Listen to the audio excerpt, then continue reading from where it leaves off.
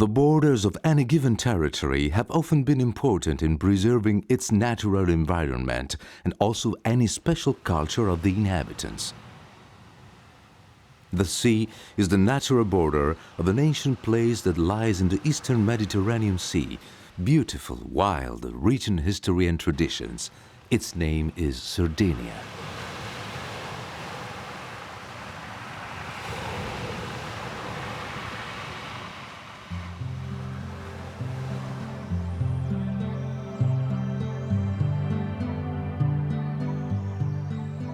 In this land, a civilization was born and developed in such a way that not even today we are sure of many details of its history. And even though we do not know the name of the islanders that lived in that historical period, called Nuragica, taking the name from the type of buildings that these people erected all over the island.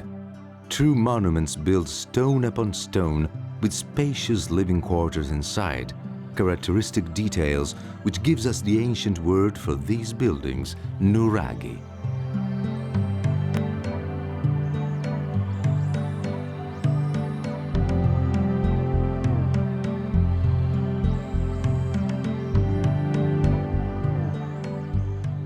On the island territory, over 7,000 nuraghi have been officially recorded, many of which consist of just a single tower. Others are a little more complicated.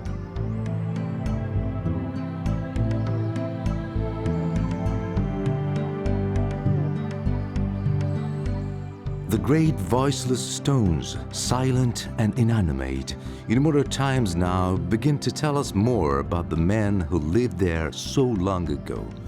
They tell us of how they were used to build these towers and how they defended it against eventual aggressors.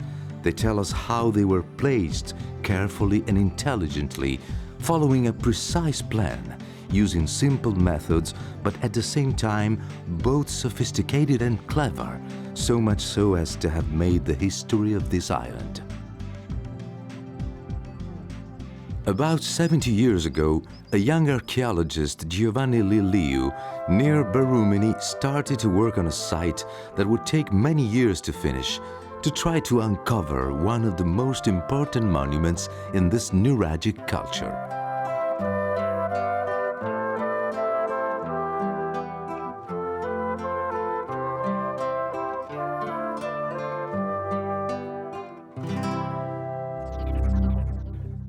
Nuragi, which means the Nuraghi, was not built all at the same time, but over a period of about 100 years. For this building, it was indispensable to use the great volcanic basalt masses that came from the nearby Giara, a sort of mine. After the construction of the mastio or dungeon in the principal tower, there then followed the first 4 great towers adjacent to the first, and then in different periods another 8 external towers were added, united by a mighty defensive wall. The mastio was built about 1,500 years before the birth of Christ and originally possessed 3 rooms, built one after the other in a truncated cone shape, with the vault closed a tolos, that is the use of the great masses at the base of the building and then even smaller stones gradually reaching the top to obtain a false cupola until finally closing the room completely. Today the tallest one, the smaller one, no longer exists. 200 years later, in the period called the Recent Bronze Age, we have the appearance of a mighty boundary wall and 4 towers that are arranged perfectly in 4 cardinal points. As we can see from an aerial viewpoint, we are able to appreciate the perfect 4-lobed position of the structure.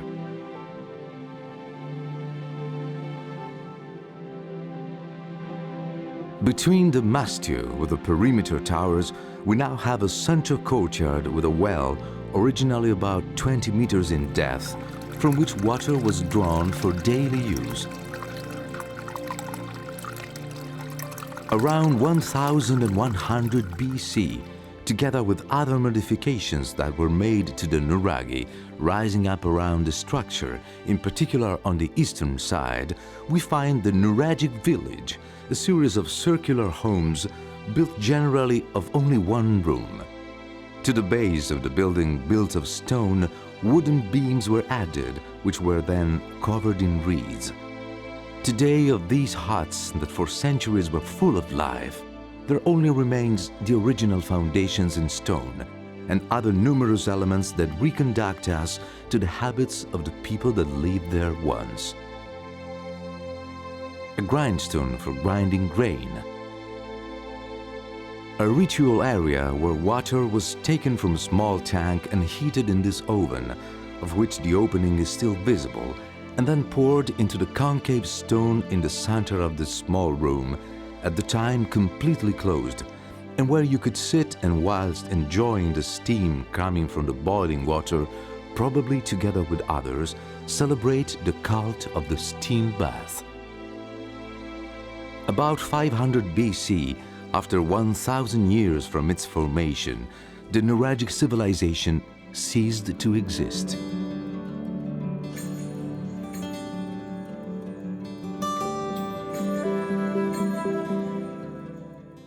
Professor Liliu's team found numerous objects during their excavations.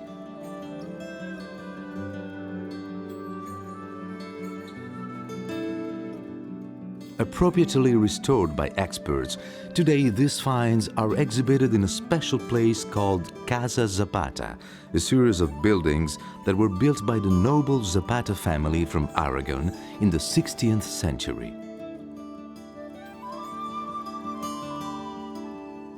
Towards the end of the 80s, the municipality of Barumini bought the entire complex with the idea of creating an important museum center. But a great surprise would leave them speechless. Another nuraghi was discovered. The archaeological dig site that was excavated discovered a three-lobed installation that was constructed entirely from local marl stone and comprised of a principal central tower, then an adjoining courtyard connecting the towers, and a cylindrical well that was excavated entirely from the solid rock. At this point, the local government made the wise decision to preserve both the nuraghi called Nuragi Ecclesia, because it is so near to large local church, as well as the historical house. By making it possible to properly visit the Nuragic complex, making large openings into the walls of the house to create a system of suspended transparent glass walkways, as well building glass cabinets to display the precious objects found in the dig sites, they have created their museum center and also making it very original and educational.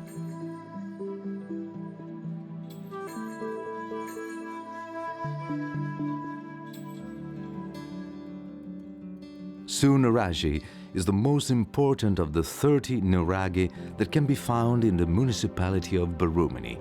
A monument that is appreciated all over the world, especially thanks to UNESCO, who in 1997 declared it a World Heritage Site, recognizing it as both unique and exceptional because of the creative genius of prehistoric man.